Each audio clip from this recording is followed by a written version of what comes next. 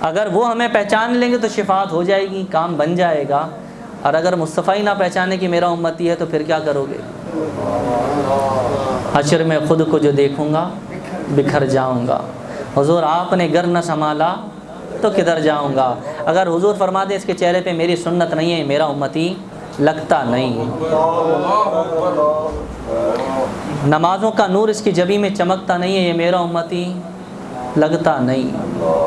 زبان سے جھوٹ اور غلاظت اور گالی اور گلوچ اور فحش اور جھوٹی قسمیں اور جھوٹے وعدوں کی بو آتی ہے، یہ میرا کلمہ پڑھنے والا لگتا نہیں۔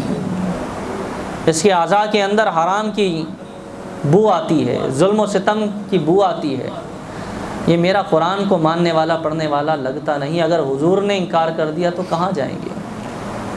ایک ہی آسرا ہے ہم سب کا، ہمارا نہیں، آدم سے لے کر ساری انسانیت کا ایک ہی آسرا ہے، اور وہ مصطفیٰ کریم کی ذات کریمی ہے۔ وہ فیصلے کا دن ہے، وہ دنیا نہیں ہے کہ آج یہ کر لیا تو کل کچھ اور ہو جائے گا۔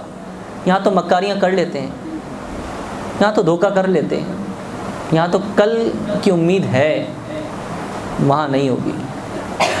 وہ میزان کا دن ہے، فیصلے کا دن ہے، عدل کا دن ہے، یوم الدین۔